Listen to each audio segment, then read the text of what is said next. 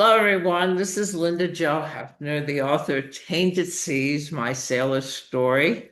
And today I'm very honored to have with me George Thomas, an Army veteran, a Vietnam veteran.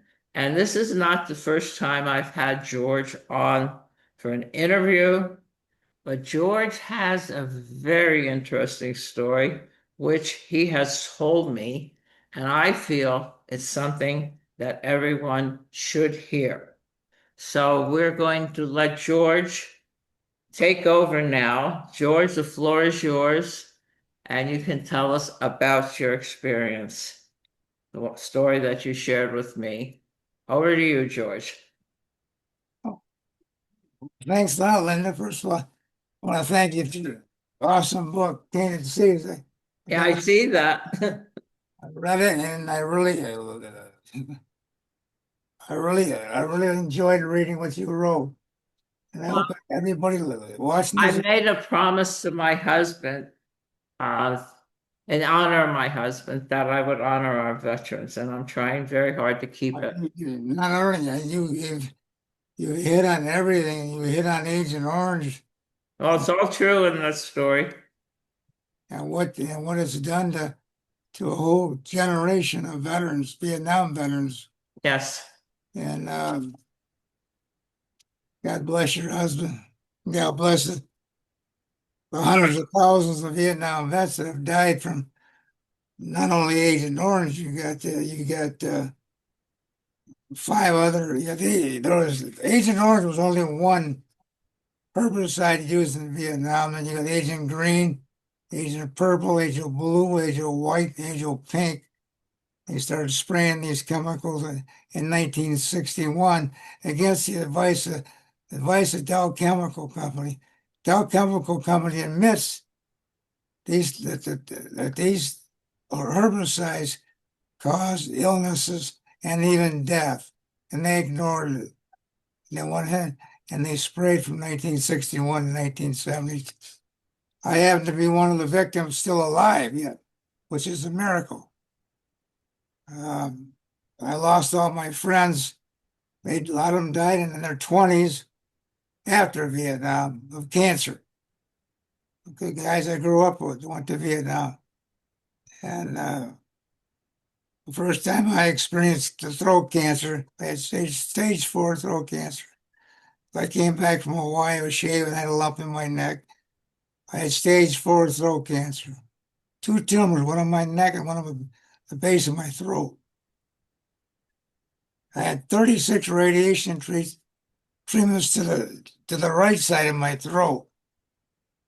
And I'm paying for it now because I got extreme pain in my jaw. I'm waiting to go to the University of Michigan Hospital. And most likely they're going to have to operate and rebuild my jawbone because radiation deteriorates the bone over a period of time.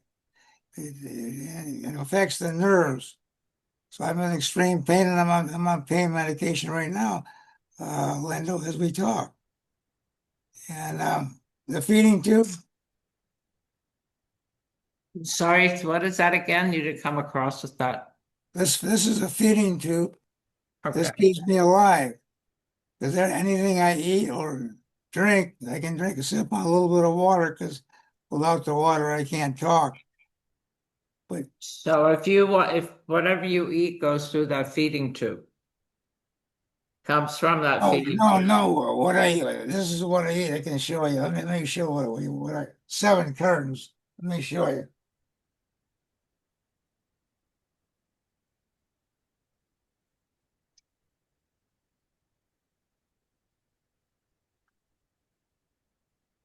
I can't eat anything through my mouth. Okay. Everything that I eat So normally, everything goes through the tube that you eat them. yeah, it goes to the feet. How's that camera? Did it Oh, drop? you're perfect. Just keep on going. You're doing terrific. See these cartons right here? Yeah. 70 going in this bag up here. And this thing runs a little over 10 hours a day. So that's what I live on, 70 of these cartons a day. So it makes it difficult for you to get out or do anything with Well, that. I'm hooked up to I Yeah. can show you how this tube runs into my down into my lower intestine stomach Hmm. for a little over 10 hours a day. So yeah, I can't go anywhere. Yeah. I watch a lot of TV. And in fact, So what was your experience when you came home? You told me about being and where you were going to the White House, or was it the DC? when I came home, I didn't have no problems with any protesters. I didn't get eggs thrown at me. I didn't get spit on. My problems when I came home is uh, I started having grand mal seizures. You what, hon? I started having grand mal seizures. Oh, Caesars. Yeah. Grand mal seizures. The doctors put me on Dilantin. I was on that's a seizure medication. I was on Dilantin for 45 years. Mhm.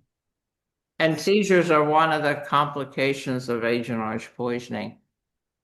They Well, they come with it. I didn't know that at the time. I didn't. Oh, no, I know. I didn't either at first when Bud would have them. So, Anyways, I had to stay on the medication. At one time, my gums started hurting me. So the dental surgeon had to cut what happens after you're on Dilantin for a period of years, your gums overlap your teeth. So he had to cut away the gums. The neurologist wanted to switch the Dilantin over to the Depakote. I couldn't afford it because I was working as a corrections officer in a maximum security prison. The Department of Corrections, they hired me. They knew I had a seizure disorder. They were under control on medications. They still hired me, but I wasn't going to take a chance of switching medications and having a seizure in a maximum security prison. But I was able to work 22 years on 300 milligrams a day of Dilantin. so George, when did you, at that point, they didn't recognize you as a disabled veteran as yet?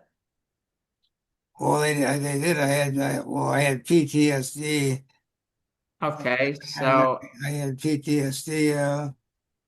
I took. I had a fight with them. I never fight from to get the PTSD rating, which wasn't much money. So I had to work. What happened is I didn't know that I experienced discrimination. I would put Vietnam vet down in my record, which was a Bronze Star Army Combination Medal, which I can show them to you right now if you want to see them. Um, so I was proud of my service. With none of these employees would call and hire me. They wouldn't hire me. oh no. So my buddy said, George, he says, do not put down you're a Vietnam vet on a job application. So I stopped doing that. And by God, I started getting jobs. I had flashbacks and nightmares so bad of that war. It was horrific. And um, I finally got in, seeing a therapist and stuff. Stayed with the same therapist for over 40 years.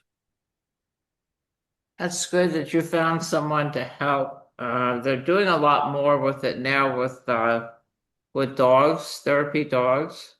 They aren't doing anything really right now. Well, in my area, they are. I can get therapy dogs for some of my veterans with PTSD, but no, it really is bad. I can't imagine. I had one man that was doing chores for me. He says, "Now don't come up behind me. Always tell me you're there." Is what you call Virgil. That's what being in combat, being in war. You're real hyper, loud noises. I've lived across from the lake. I've been here 34 years. I haven't been able to watch the fireworks. I understand the 4th of July is a rough time. It's a rough time. Yeah, when they If I hear a helicopter fly over the house, I'm right back in the war. But mainly, it's a dirty shame that the United States government, and John F. Kennedy signed those orders in 1961 to use those chemicals, herbicides in Vietnam. And they started spraying 1960, no, December 1961 or November 61.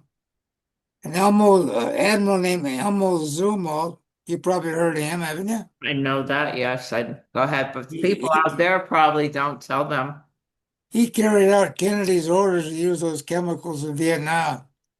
His son served in the Navy, died, I think, of a brain tumor from Agent Orange.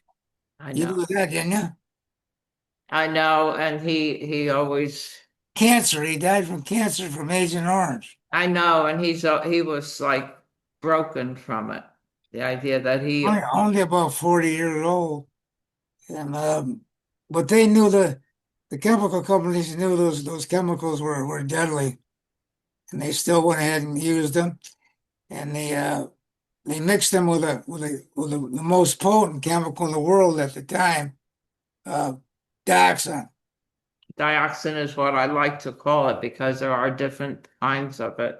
No, dioxin, particularly dioxin was the third deadliest chemical. Was mixed in with the herbicides like Agent Orange, Agent Pink, and it was mixed at a high dose, a million times stronger than Roundup. And we know what Roundup is causing. Yes, We yes. drank the water it was in. We showered with it, so we were all exposed to it. And the truth was, you didn't have very good showering facilities in Vietnam, so you were carried a couple days if you got it on you. You're sweating. You were sweating. Probably didn't have a shirt on, so it went all over you all the time. What did the plants look like, George, after they sprayed? There wasn't anything left. I was Even 50 years later, I've had people went back to Vietnam now, and that area still hasn't grown back. no, no. So imagine that. Agent Orange has a long, what they call half-life. So that is one of the most polluted areas in the whole world, Vietnam. Imagine what that does to the triple canopy jungle. What's that going to do to a human being? Mm. Well, they had a lot of deformed babies in Vietnam as a result of our spraying. A lot of them. A lot of them. Yeah, terrible pictures of deformed babies. So Anyway, yeah. what happened then after you had your seizures? You retired from prison, and Well, it took me a long time to adjust to civilian life. I started working at the prison in 1986. I came back home from Vietnam. I just turned 20 years old. Took me 16 years to hold the job down. Lucky I was able to hold this job down with the help of the psychologist.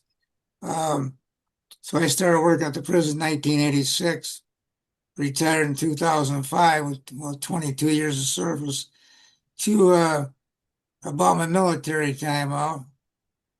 I had to retire early because I started having flashbacks and nightmares of Vietnam inside the prison. how George, what's in your nightmares when you have had them, when you have PTSD? You're What you're do you you're you're you're back in the war. You're back on a fire base. You might be like I was with an artillery battery, so we fired at the enemy all night long. Full guard. You might be under a mortar attack. You're right back to where you were in the war. It's very real to you then. It's very early to wake up. I used to wake up, my sheets be soaking wet from the horror of the damn nightmare. My sheets would be soaking wet from sweat. So, anyways, I I I had a tough time, and uh, I did seek therapy, and I did seek some hospitalizations. But medically, I knew back in the 70s that Vietnam vets were dying of cancer because my buddies were dying of cancer in their 20s, late 20s from Agent Orange. Hmm. So I thought, well, I never drank, I never smoked, no cancer in the family, no alcohol abuse in the family. I didn't drink, I didn't smoke. Uh, so the cancer of 2000, cancer was first bout with cancer was 2009, and 2000.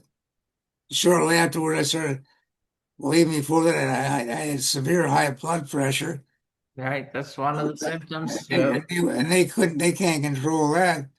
I've been hospitalized several times for that. In 2022, I had blocked arteries. I got what you call Islamitic heart disease. That's from Agent Orange. Yes, I know. I had two stents put in 2022, and then in 2023, they found three tumors on my pancreas. They took a third of my pancreas out, and they had to take my spleen out. Of course, that gave me diabetes. Now I got diabetes too. But before that, I was diagnosed with a autoimmune disease called lupus. But Those are later on, those are all related to Agent Orange and on the list. Yes. now the doctors holding back on the lupus. I got to go back. They want to put me on medication for the lupus, but I've had so much pain in my jaw. She wants to hold back to see, like if they have to, let's say they have to operate the University of Michigan Hospital and replace my jaw. It's a long recovery. She wants to wait till this is all taken care of before I go back to see a lupus doctor. Folks, this is one of the reasons why we wanted to get George interviewed because he's going to have a time period where he's not going to be able to talk or tell us this story of his things until he recovers. And George is going to recover, I hope. I hope. Well, I'm hoping that they don't have to operate, but that if there's anything else they can do to get me off the pain medications, I'm on a narcotic. Uh, So, do you have a caregiver that comes in for you that helps you? I got a caregiver comes in 4 hours a day. She cleans for me and does my laundry and takes me to these doctor's appointments. I can't get around really. I got a walker and a cane, and I'm not driving right now. Um, I'm too weak on my feet, too dizzy on my feet, and the caregiver's a bit. The VA provided me with a caregiver. She's a big help. She can't do the. I got to do all the insulin and stuff myself and the shots myself. They can't touch that. So I give myself insulin every day and check my blood sugars every day. And then everything all the medications I take, I put through the feeding tube. Um, like I can show you the feeding, how it goes into my stomach. Let me show you. This goes in. This is the, this is what hangs out of my stomach. Can you see? Can you see it? I can see it, yes. That goes into my stomach. Does that cause you pain, George, or are you used to it by now? Well, no, it's always painful up in this area where the tube goes. It is, This yeah. goes down to the lower intestine. Uh-huh. I got syringes I use attached to this right here. I use it I mix it with the water, put medications So you through feed your medication through there also, like your like your insulin goes through there. the insulin goes, I get shots. I take shots to my stomach. I see. And I, everything sort of goes through that tube. anything else goes to the feeding tube. Yeah, that's a hard time to do that. So It's something I've got used to. Um, you're a tough bird, George. I I'm, mean, it sounds like you've had a lot going for you and you're still fighting. Plus, folks, I want to point out that George is also very active with social media. He has a social media page devoted to and dedicated to helping and people who have suffered from Agent Orange, and I salute you for that, George. I check your page every day, and I see some really spectacular things, and sometimes I steal them from you and put them on my page That's also. right. Guess what the membership is right now? But 124,000. wow, Yeah. I started that in one of the, I seen where a lot of vets were committing suicide, and I wanted to start something to give these vets a place to go, call their own, so they can express their feelings, talk with their, we got a lot of widows on there, like yourself. You lost your husband to Agent Orange. They're on there expressing their feelings. It gives them a place to go.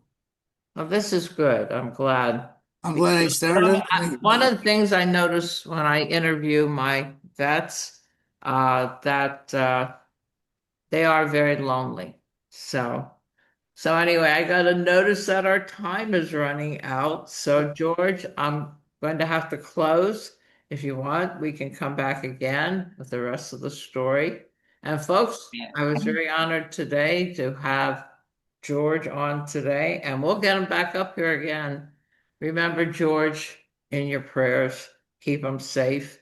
And we're going to Remember, Lynn, this book will tell you a lot about what this agent or what this lady went through. Agent Orange, yes. And all the money from Tainted Seas goes to veterans charities. And with my last donation, I was up over $8,500 in veterans charity donations. I got this off Amazon, and this he really got this book priced as cheap, and Yeah, yeah. it's incredibly a great book. Thank you. It's on Amazon. Amazon, yeah. George, I'm going to say goodbye and I'll talk to you in a minute, okay? All right. Okay.